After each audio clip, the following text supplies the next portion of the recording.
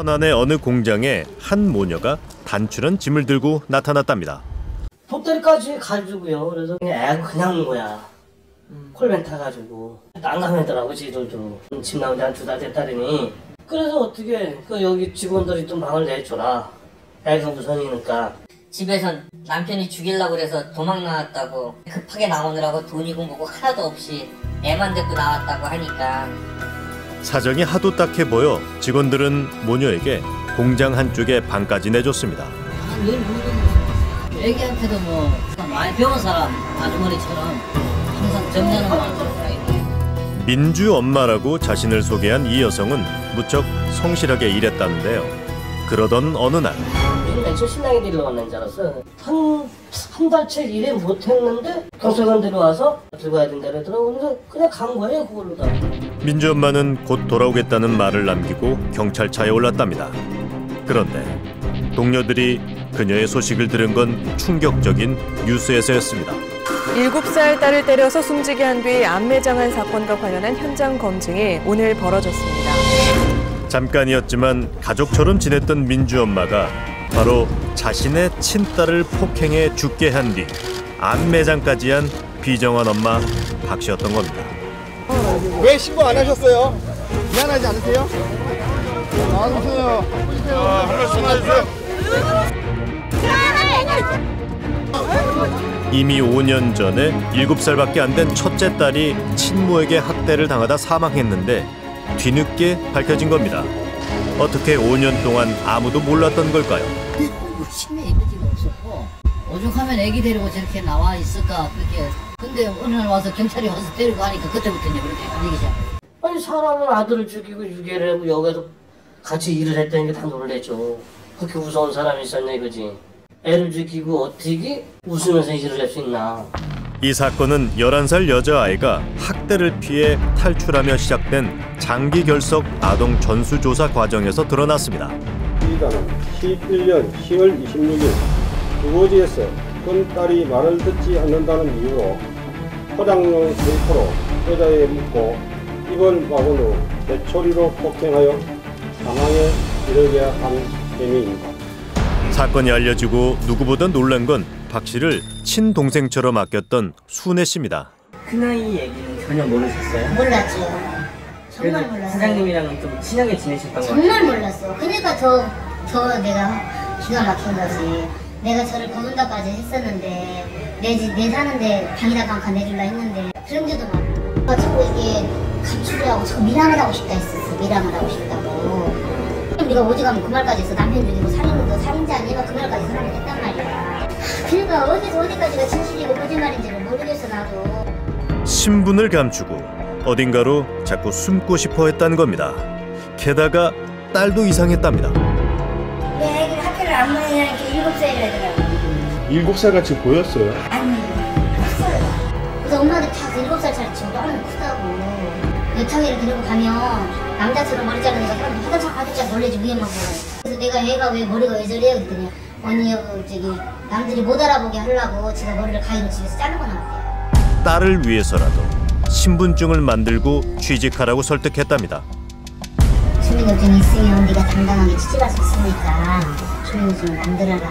만들어라 했더니 못 만들어 간다고 집에서. 아니 못 만들어 간 이유가 뭐가 있어 했더니 언니 나중에 정말 지가 필요하면 그때 만들게요 이러고 자꾸 밀었어. 이번에 그 주민등록증을 안 했으면 못 잡았겠지. 알수가 돼 있는 상태라고 했었습니다. 아이들의 마지막 주소지인 고성에서 장기 결석 아동 전수조사가 시작됐고 주민등록을 보고 난 박 씨가 덜미를 잡힌 겁니다. 그런데 올해 1월 19일 고성군 장기 결석 아동 합동점검팀과 피해자 B의 주소지를 방문하였으나 피해자가 주소지에 거주하지 않고 소재 불명으로 피해자 소재 발견을 위해 수사를 착수하였습니다. 피해자 A의 행방을 추궁한 결과 행설수설하면서 실종 신고 등을 하지 않고 처음에는 뭐 멀리 갔다, 그 다음에 뭐 외국에 나갔다, 애가 뭐 노래체에서 없어졌다. 그런데 진술에 신빙성이 없어요. 구속 말미에 묻었다는 자백을 하고 큰딸의 시신을 경기도의 한 야산에 묻었다는 자백에 따라 경찰의 대대적인 수색이 시작됐습니다.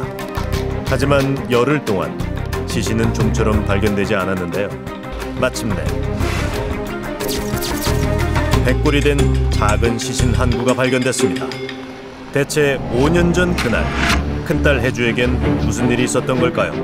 09년 1월 28일 자녀를 데리고 가출하였다는 진술을 확보하고 남편과 불화가 있었던 박 씨는 2009년 초 2살, 5살밖에 안 된 어린 자매를 데리고 집을 나갔답니다.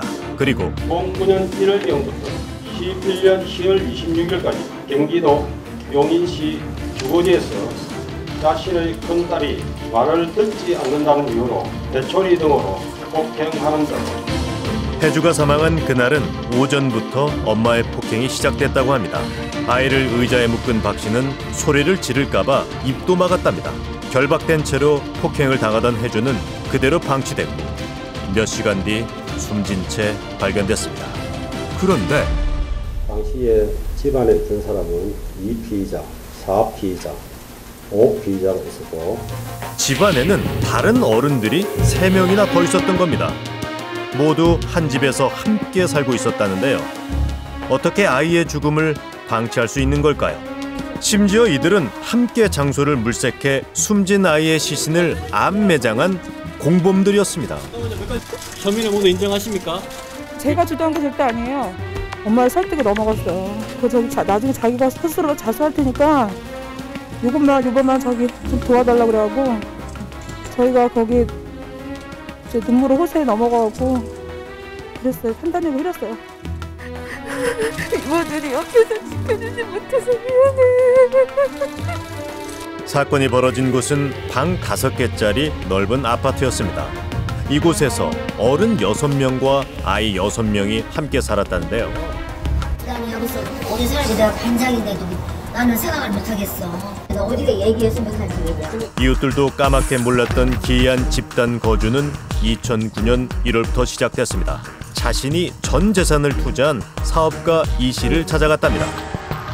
당시에 3피의자의 소개로 2피의자를 만나게 되었고 그러면서 투자를 하게 되었는데 이 피의자가 경제적으로 이렇게 부유하게 살고 있고 자기도 이 피의자의 말을 들으면은 이 피의자와 같이 될 수 있다고 생각하기 때문에 정신적 지주를 생각하게 된 것입니다. 이제 저희들이 파악한 것은 1피의자가 약 10억가량을 투자하고 3피의자는 6천여만 원을 투자한 것으로 파악하고 있습니다. 집주인은 사업가 이 씨.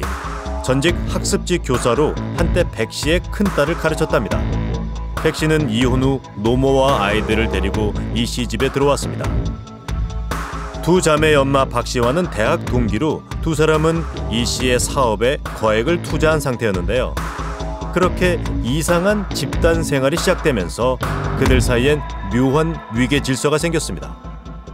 이 피의자가 1피의자를 폭행하도록 지시를 한 바 있고 또한 이 피의자가 피해 아동을 수시로 폭행한 부분이 있기 때문에 그렇지만은 그 집에 살고 있지 않습니까?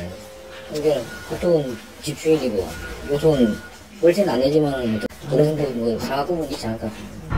하지만 집주인 이 씨는 그저 박 씨의 호소에 넘어가 범행을 돕게 됐다고 주장합니다. 혐의를 모두 인정하십니까? 엄마의 설득에 넘어갔어요.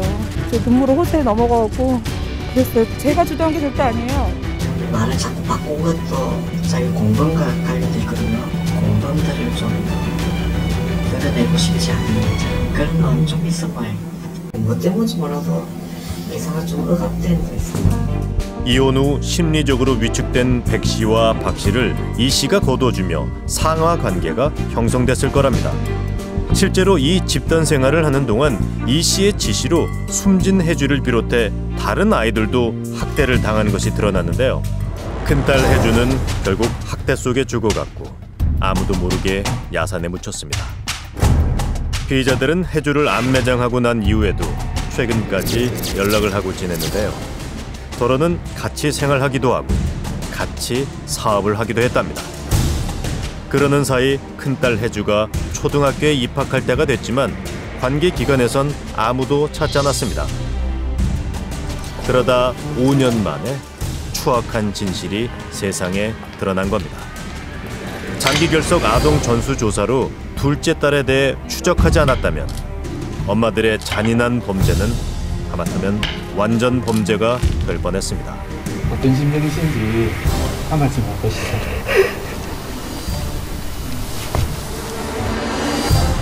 이렇게 될 때까지 자매 친아빠는 어디서 뭘 한 걸까요? 가출한 엄마 박 씨를 상대로 강제 이혼 소송을 진행했다는 아빠는 어린 두 딸이 어떻게 지내는지 궁금하지도 않았던 걸까요? 자기 아빠는 살 마음은 별로 없었던 것 같은데 여러 가지 방법으로 살 수 있는데 어떤 접촉이 없었으니까. 남편분이 이 사건이 있고 나서 저희 수사관한테 전화가 와가지고 가정을 좀 보호를 해달라고 요청이 왔어요. 큰딸 혜주가 학대로 사망할 당시 4살이었던 작은 딸은 그 후 엄마를 따라다니며 모든 걸 목격했습니다. 심지어 엄마와 어른들이 언니의 시신을 가방에 담아 옮기던 차 안에서도 시신을 유기하기 전 잠시 묵었던 방에서도 함께 있었다는 건데요. 지금 작은 딸은 어떤 상태일까요? 정서적으로는 좀 많이 불안하면서도 지금 이래 행동이나 뭐 감정이라든지 이게 통제가 지금 안 되고 있는 상태거든요. 건강 상태는 양호한 편이지만 심리적인 문제가 심각하다고 합니다. 빗속에 자기가 서 있는 그림입니다. 우산도 전혀 쓰고 있지 않고 지금 다리도 없는 상태입니다. 이 비라는 건 어떻게 보면 현재 스트레스 상황을 말하는 겁니다. 지금 우산을 쓰고 있지 않았을 뿐만 아니라 다리가 없는 모습을 봐서는 전혀 대처할 수 있는 능력이라든지 힘이라든지 아무것도 없다는 겁니다. 누가 이 어린 아이를 고통 속에 내몰았던 걸까요? 장기 결석 아동 전수 조사가 시작된 지 2달. 작은 딸이 없었다면, 그리고 엄마 박 씨가 주민등록을 다시 신청하지 않았더라면 영원히 묻혔을지도 모르는 사건입니다. 숨진 큰딸 혜주는 당시 미취학 아동으로 이번 전수조사에 해당되지 않기 때문인데요. 정부는 뒤늦게 미취학 아동과 중학생까지 전수조사를 확대하기로 했습니다. 지금 이 순간에도 혜주처럼 아무도 모르게 학대로 목숨을 잃은 미취학 아동들이 얼마나 많이 감추어져 있는 걸까요? 언제까지 우리는 이 아이들을 구출하지 못한 채 지켜만 봐야 하는 걸까요?